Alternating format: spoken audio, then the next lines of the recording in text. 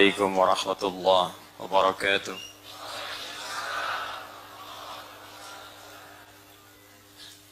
Alhamdulillahilladzi hadana ilal islami fa asbahna muslimin wa gharasa fi qulubina al-imana fa asbahna mu'minin wa amarna bi adai al-a'mali as-salihati linakuna minal muttaqin.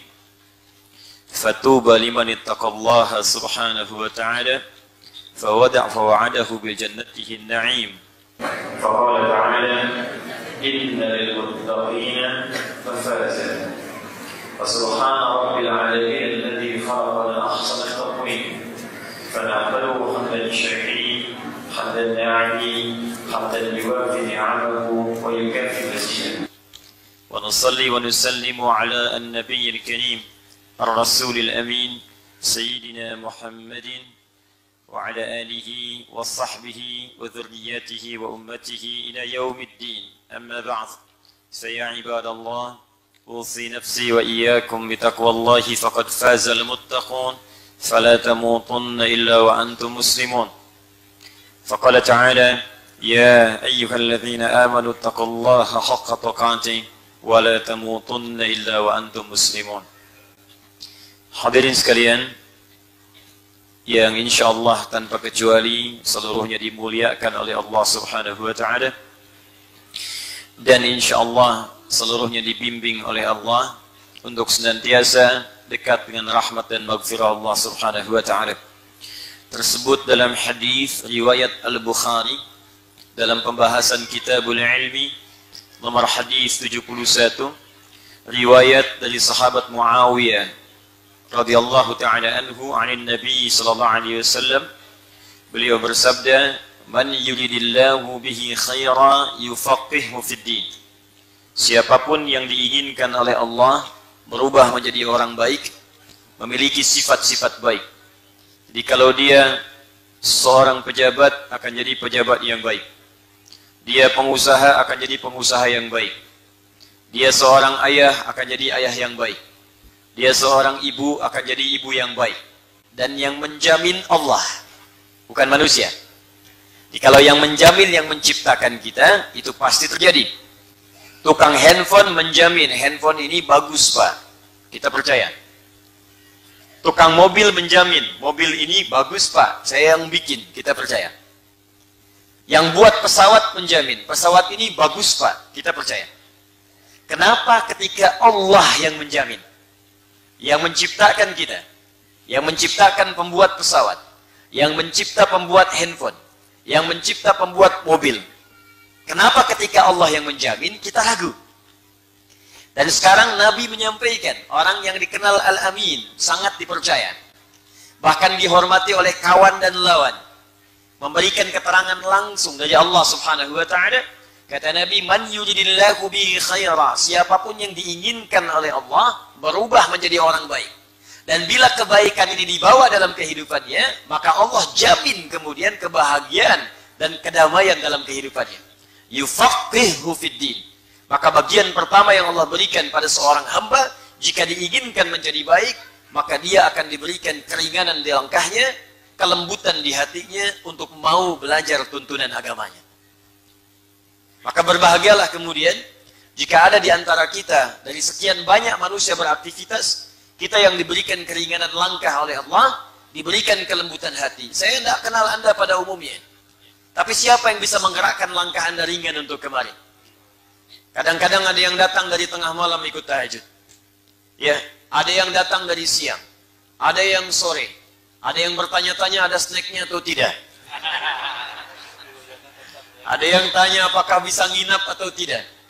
Dari yang nginap tanya konsumsinya pagi ada atau tidak. Ya. Pertanyaan semua itu sesungguhnya ingin memastikan apakah saya bisa nyaman atau tidak belajar. Bisa mendapat bagian pengetahuan atau tidak. Tapi pertanyaannya, siapa yang melembutkan hati kita untuk datang? Siapa yang meringankan langkah kaki kita untuk hadir? Bila bukan Allah yang berkehendak, mustahil bahkan kita bisa berdesakan untuk belajar pada malam hari ini. Karena itu kata para ulama hadis, bahkan para ulama fiqh, ketika Allah memberikan kelembutan dan keringanan itu, dan menempatkan Anda di tempat untuk belajar itu, maka segeralah kemudian untuk berevaluasi diri, karena Allah sudah menginginkan kita baik.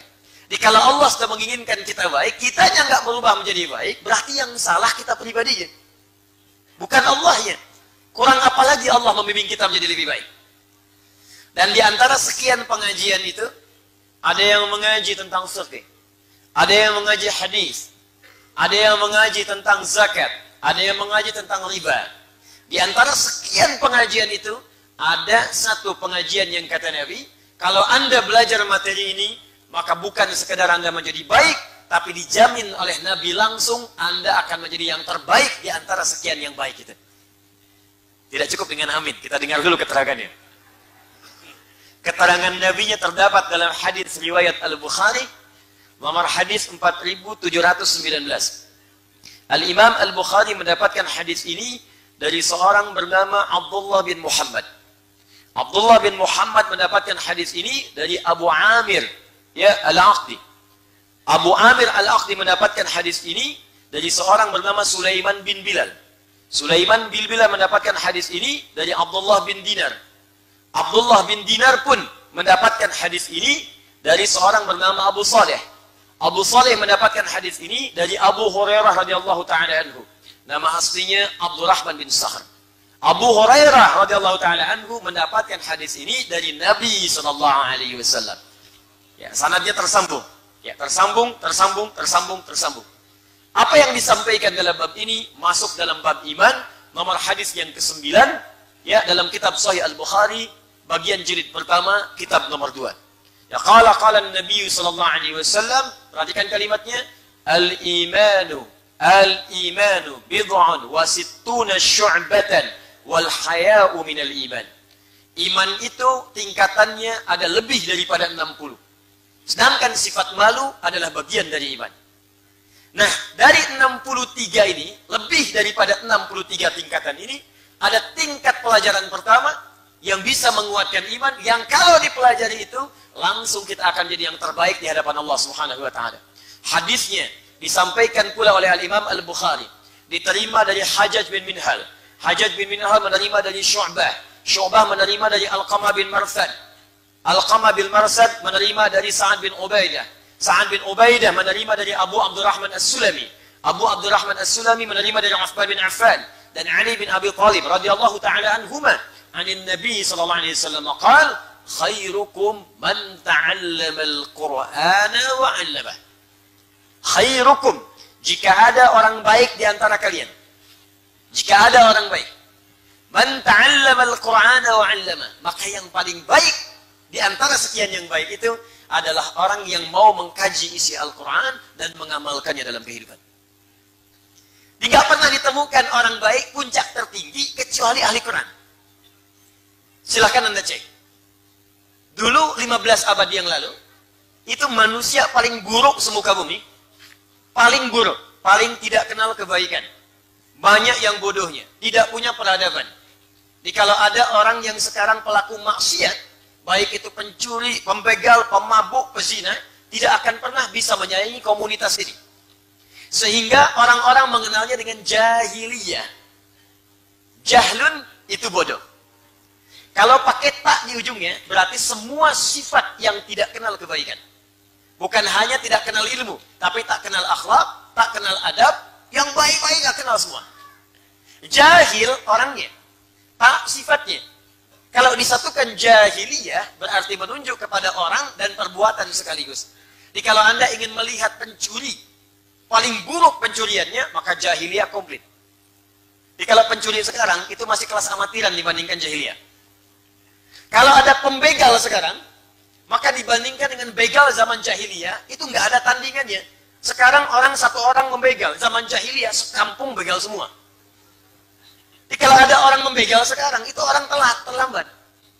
Pemabuk sekarang, itu jauh kalah saing dengan jahiliyah. Pemabuk zaman jahiliyah paling pemula. Pemabuk pemula itu minimal 5 kali sehari mabuknya. Jadi yang sekarang itu masih amatiran. Kalau ketemu Abu Jahal paling ketawain dikit tuh. Ya pezina, penipu, koruptor, zaman jahiliyah kumpul semua. Tapi yang paling dahsyat, Allah tidak menurunkan tongkatnya Nabi Musa kepada Nabi Muhammad SAW untuk merubah tipikal sosial di kalangan masyarakat jahiliyah. Allah tidak menurunkan sentuhan Nabi Isa untuk merubah perilaku masyarakat jahiliyah. Tapi Allah menurunkan Al-Quran. Yang dengan Quran itu, tiba-tiba berubahlah semua tatanan sosial masyarakat ini. Dari yang pencuri tobat, pembegal tobat, pezina tobat, pemabuk tobat. Umar itu kan kurang keras apa lagi? Kerjaannya tiap hari nantangin orang. Kalau berani dengan saya naik ke Jabal Qubais. Jabal Qubais yang sekarang ada Istana Raja di atasnya. Ya, sampingnya Sofa, Sofa samping Zamzam. Persis ada bukit di atasnya itu ada Istana Raja, dulu Jabal Qubais. Tepat di bawahnya sekarang ada tiang lampu rumahnya Abu Jahal. Persis. Kalau Anda naik ke situ, nggak bisa, sekarang istana. Ya, paling lewat samping, begitu lewat ke kanan, ada pos security satu, CCTV warna putih, ada ke sini. Anda lurus ke sana, ada kipas angin, 35 kipas angin sampai ujung. Ya, saya udah hitung itu. Izin Pak Danrem, saya itu. Alhamdulillah ada Pak Danrem malam hari ini, kita doakan mudah-mudahan beliau senantiasa disehatkan. Ya. Pintu 26, 27, sampai ke ujungnya. Sampai Babu Salam. Itu Umar tiap hari, itu selalu menantang orang-orang sekitaran. Kalau ada yang merasa hebat, ayo bertemu dengan saya, naik ke atas Jabal Qubais mengumumkan. Bertemu di Bukit A, kita berduel. Tapi sebelum datang, pamit dulu pada ibu yang telah melahirkannya, karena ia akan pulang tanpa nama, Umar. Mabuk sudah hatam. Betul, 5 kali dalam sehari. Umar. Kerasnya luar biasa. Tapi Allah hanya menurunkan 1-2 ayat untuk merubah kondisi hatinya berubah jadi baik. Lewat depan rumah saudarinya, tiba-tiba mendengar sebuah huruf Al-Quran, 1-2 huruf dibacakan, langsung menembus kepada jiwanya. Taha, Quran surah ke-20. Taha, ma anzalna alaikal Qur'ana litashqa. Taha, tidaklah kami akan turunkan Al-Quran kepadamu untuk memberatkan dirimu, tapi ingin memberikan petunjuk dalam hidupmu. Cuman toha, tobat. Anda sudah diberikan Yasin tiap malam Jumat, gak tobat-tobat. Al-Kahfi dibacakan, gak tobat-tobat. Ini Umar orang paling keras pada saat itu. Hobinya terkait dengan mabuk, nantang orang. Toha, tobat. Tobat. Langsung bersyahadat. Menjadi kerasnya berubah menjadi tegas, pembela kebenaran luar biasa, bahkan satu-satunya sahabat yang langsung meminta kepada Nabi untuk diturunkan ayat larangan mirasantika. Bang Haji belakangan. Umar, ya Rasulullah kenapa tidak minta kepada Allah untuk menurunkan ayat larangan khamar? Maka turun tahapan sampai 4 kali, sampai turun Al-Maidah ayat 90 sampai 91. Innamal khamru wal maisir wal azlamu, ya, dan seterusnya, rizqu min amali syaitan fajtanibuhu. Itu karena pertanyaannya Umar. Jundub bin Junadah, tukang begal, pemimpin kampung begal, sekampung begal semua. Ya, kalau Anda ditakdirkan hidup pada saat itu, lewat kampung ini tidak nyetor, Allahu Akbar, nggak dijamin bisa pulang. Gifar namanya. Gifar. Datang pada Nabi, cuma dibacakan seayat 2 ayat, sentuhkan di hatinya, masuk ke dalam relung jiwanya. Langsung berkata, asyhadu an la ilaha illallah, wa asyhadu anna Muhammadar Rasulullah. Ya Rasulullah, saya mohon izin, sa'a'lin syahadati amamal Ka'bah. Saya ingin umumkan syahadat saya di depan Ka'bah. Kata Nabi, la taf'al, jangan lakukan. Karena orang Islam masih sedikit. Kamu umumkan, kamu dipersekusi, dipukuli. Bahaya untuk kamu. Pulang aja ke Gifar berdakwah. Apa jawabnya? Ya Rasulullah, saya ini membegal terang-terangan. Masa syahadat sembunyi-sembunyi? Pembegal dengar ayat Quran, taubat. Dan bersyahadat di depan orang. Kata beliau, asyhadu an la ilaha illallah, wa asyhadu anna Muhammadar Rasulullah. Ya ahla Quraisy, saya sudah syahadat. Mau apa? Allahu Akbar. Dipukulin. Jatuh pingsan. Ketahuan oleh sahabat Ali radhiyallahu ta'ala anhu. Ali berkata, jangan teruskan. Kalau dia terluka, kalian gak akan aman melewati kampung Gifar. Karena setiap transaksi jual beli akan melewati Gifar. Store. Ini preman-preman yang terima storan, telat sekarang gitu. Sudah keduluan sama yang dulu. Tapi dahsyatnya pulang kemudian Jundub ke kota Gifar, lalu berdakwah di sana. menyampaikan ayat tadi yang disampaikan Nabi, cuma 1-2 ayat. Apa yang terjadi? Allahu Akbar, Nabi hijrah ke Madinah. Tiba-tiba dalam suasana hijrah itu, setelah menetap di Madinah, terdengar suara gempar di Madinah. Tapak kaki yang luar biasa terdengar. Dok, dik-duk, dok, dik-duk, dok, dik-duk. Orang heboh keluar melihat. Ternyata ketika dilihat, Masya Allah, Jundub bin Junadah sedang memimpin satu kampung masuk Islam semuanya. Kampung begal, sekampung masuk Islam cuma 1-2 ayat. Jadi kalau tiap hari ada yang baca surat A, surat B, surat C, dan tidak memberikan dampak, berarti ada yang salah dengan cara ngajinya. Sekampung, untuk mengabadikan peristiwa itu, maka tidak dikenal dengan nama Jundub, dikenal dengan nama kampungnya. Untuk menyebutkan nama daerah, nama kampung, dalam rumus bahasa Arab, tambahkan al di depannya, ujungnya tambah i. Saya dari Gifar, nama saya Jundub bin Junadah. Tambahkan Gifar, tambah al. Al-Gifar, ujungnya berikan i. Al-Gifari. Maka dikenal beliau dengan kunyahnya Abu Dzar Al-Ghifari. Tuh. Mantan begal dengar Quran, masuk Islam, jadi dai. Bahkan setelah itu jadi banyak periwayat hadis, Pak, Bu. Jadi ahli hadis. Anda kalau baca Al-Arba'in 42 hadis, buka nomor ke-18. Itu di antara hadis yang diriwayatkan oleh Jundub bin Junadah. An Mu'adz bin Jabal wa Jundub bin Junadah radhiyallahu ta'ala anhuma anin Nabi sallallahu alaihi wasallam qala ittaqillaha haitsu ma kunta wa atbi'is sayyi'atal hasanata tamhuha. Itu yang riwayatkan mantan begal. Anda sekolah tinggi-tinggi sampai S1, S2, S3, S4, kelompok 2, sampai tinggi. Pendidikan itu tidak membuat Anda dekat dengan Allah. Untuk apa? Anda meninggal juga. Bekal apa yang Anda bawa kemudian menghadap kepada Allah? Yang paling dahsyat, sudah tinggi-tinggi, dunia juga kemudian tidak baik, akhirat gak punya bekal, mau jadi apa? Jundub bin Junadah. Karena itu Bapak Ibu sekalian, teman-teman, kenapa kita memilih kemudian Al-Quran untuk belajar, dan kita menggali tafsirnya, karena kita berharap kalau jahiliyah saja kemudian bisa menjadi baik, maka kita yang di suasana lebih modern saat ini, seharusnya lebih baik dibandingkan dengan masa-masa yang telah lampau. Itu yang menjadikan kita memilih Al-Quran sebagai topik kajian di setiap malam Jumat ini. Dan kita telah sampai di pembahasan surah Al-Fatihah pada ayat yang ke-7. Ya, siratal ladzina an'amta 'alaihim ghairil maghdubi 'alaihim waladdallin. Sebelum diteruskan, saya selalu menyampaikan evaluasi. Saya tidak ingin ada yang datang mengaji ke sini, hanya datang, duduk, dengarkan, pulang. Tidak. Saya sampaikan komitmen dengan 2 komitmen. Masih ingat komitmennya? Awas, saya sudah melihat wajah-wajah yang sudah saya tatap ya. Jadi Anda tidak bisa mengelak insyaAllah. Ya. 1, kita punya komitmen bahwa pada setiap surah yang kita bahas, ayat yang saya sampaikan, kita punya kewajiban pertama untuk menghafalkannya. Sepakat? Kenapa lemes? Sepakat? Wah, masih Al-Fatihah kok. Tenang aja. Al-Fatihah itu yang kencang aja, sepakat. Nanti begitu masuk Al-Baqarah, baru sepakat. Sepakat? Nah, bismillah, siap niatkan. Insya Allah 1 ayat itu bisa sebulan kita bahas. Masa seayat 1 bulan itu nggak selesai? 1 ayat sebulan masa nggak hafal-hafal?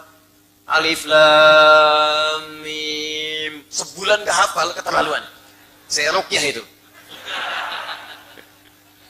1 ayat. Baik, yang kedua, kita punya komitmen setiap ayat yang kita bahas, insya Allah langsung kita amalkan. Jadi menghafal, mengamalkan. Menghafal, mengamalkan. Insya Allah Qurannya hadir dalam jiwa kita, dan amalnya juga kita praktekkan dalam kehidupan. Mudah-mudahan kalaupun wafat, sudah hafal ayat-ayat Quran itu, sekaligus mengamalkannya. Dan mudah-mudahan husnul khatimah insya Allah. Bismillahirrahmanirrahim. Al-Fatihah. Kenapa dinamakan dengan Al-Fatihah? Memiliki 2 makna utama. Sebelum saya masuk ke ayat yang ke-7, saya simpulkan dengan cepat. Al di sini punya makna yang pertama, maknanya adalah at-ta'rif atau ma'rifah, menunjuk pada sesuatu yang khusus. Fatihah artinya pembuka. Kenapa menggunakan al-ma'rifah? Sudah pernah saya sampaikan di pertemuan yang lalu. Karena ayat ini, surat ini khusus dijadikan oleh Allah untuk membuka mushaf dalam Al-Quran. 114 surah dibuka dengan Al-Fatihah. Yang kedua, al di sini juga berfungsi khusus, menunjukkan bahwa Al-Fatihah adalah surah pembuka yang kita bacakan dalam salat. Satu-satunya surah pembuka dalam Al-Quran yang dibacakan dalam setiap salat adalah Al-Fatihah. 17 kali dalam sehari. Karena itu disebut dengan Al-Fatihah sebagai pembuka, karena dia membuka bacaan Al-Quran dalam salat dan membuka bacaan Al-Quran dalam mushaf. Tapi ada makna yang kedua, saya ingatkan kembali, alnya disebut dengan istighraq. Dan dua-duanya kita praktikkan. Baik sedang membaca Al-Quran, sedang kita salat, pasti kita baca Al-Fatihah. Tapi makna yang kedua adalah istighraq, yang menunjuk kepada semua hal tanpa kecuali. Komprehensif. Sedangkan pada makna yang kedua ini, Fatihah dipahami sebagai segala pembuka yang baik-baik. Taknya menunjuk pada sifat, semua sifat. Allah disebut dengan Fattah. Fattah, karena membuka semua yang baik-baik yang kita butuhkan. Pembukanya disebut Fatih. Sifat semua kebaikannya disebut dengan Fatihah. Jadi kalau Anda ingin dibukakan oleh Allah, semua jenis kebaikan dalam kehidupan. Dibukakan karir yang terbaik. Dibukakan rizki yang terbaik. Dibukakan jodoh yang terbaik. Dibukakan segala hal yang baik dalam kehidupan. Kalau sakit, sembuh yang terbaik. Kalau bekerja, pekerjaan yang terbaik. Kalau rizki, rizki yang paling baik. Kalau pasangan hidup, jodoh yang paling baik. Maka secara singkat, baca dan pelajarilah isi surah Al-Fatihah. Karena itu banyak orang sakit kemudian membacakan Al-Fatihah. Supaya mendapatkan kebaikan, kesembuhan terbaik dari Allah Subhanahu wa Ta'ala. Bahkan di situ ada kisahnya. Seperti pernah yang saya sampaikan. Kepala suku di Arab zaman Nabi tersengat kalajengking Arab. Cari obat gak sembuh-sembuh. Dokter sudah angkat tangan. Tabib sudah gak bisa. Ditemukan seorang sahabat. Dimintakan, kata beliau, dengan izin Allah dibacakan Al-Fatihah, sembuh seketika. Di Al-Fatihah karena itu disebut dengan Asy-Syafi, Al-Kafi, Ummul Kitab, Ummul Quran. Karena faidahnya, isinya bisa membimbing kita kemudian mendapatkan semua puncak kebaikan dalam hidup. Tapi persoalannya, apakah semua yang baca Al-Fatihah bisa mendapatkan semua itu? Jawabannya belum tentu. Zaman Nabi seorang dibacakan Al-Fatihah, penyakit yang paling sulit sembuh. Zaman sekarang sakit kepala, baca Al-Fatihah 100 kali, nambah pusing. Apa penyebabnya? Karena boleh jadi cara bacanya tidak sama dengan cara orang-orang dulu membacakan. Orang dulu membacakannya pakai iman, orang sekarang hanya sekedar lisan. Bacaan Al-Fatihah orang dulu tembus sampai ke jiwanya. Begitu dibacakan, dia bacakan karena Allah. Dia kenal dengan Allah. Ma'rifatullahnya jalan. Kehusyuannya ada. Orang sekarang dibacakan cuma di lisan, gak sampai kepada hatinya. Turun Quran surah ke-49, ayat ke-14. Kata Allah, banyak mengaku orang beriman. Qalatil a'rabu amanna. Ada orang-orang Arab berkata beriman. Qul lam tu'minu, katakan kalian belum serius iman. Walakin qulu aslamna walamma yadkhulul imanu fi qulubikum. Katakan kalian itu baru berislam. Kebanyakan itu di lisan saja. Zikir cuma di lisan. Subhanallah di lisan. Alhamdulillah di lisan. Allahu Akbar di lisan. Tapi nggak masuk ke dalam hati. Karena nggak masuk ke hati, kekhusyuannya nggak muncul. Takbir memang takbir. Abu Bakar dulu kan takbir sampai gemetaran. Allahu Akbar. Saking khusyuknya bergetar tubuhnya. Kemudian mengeluarkan air mata di matanya. Keluar air matanya. Ketika selesai ditanya, kenapa ya Khalifah Anda saking khusyuknya tadi terlihat sampai gemetar? Kata beliau, saya mengucapkan Allahu Akbar lisan saya. Dan saya merasakan, mengatakan berkomitmen hanya Allah yang Maha Besar. Tapi saya takut dalam hidup ini lisan saya mengucapkan Allah yang Maha Besar. Tapi saya selalu merasa besar dalam hidup. Takut pernah merasa besar dibanding orang lain. Merasa hebat dibanding yang lain. Merasa sombong dibanding yang lain. Merasa paling khusyuk sholatnya. Anda bayangkan. Saat iman masuk ke dalam jiwa, maka pikiran menerjemahkan, hati merasakan.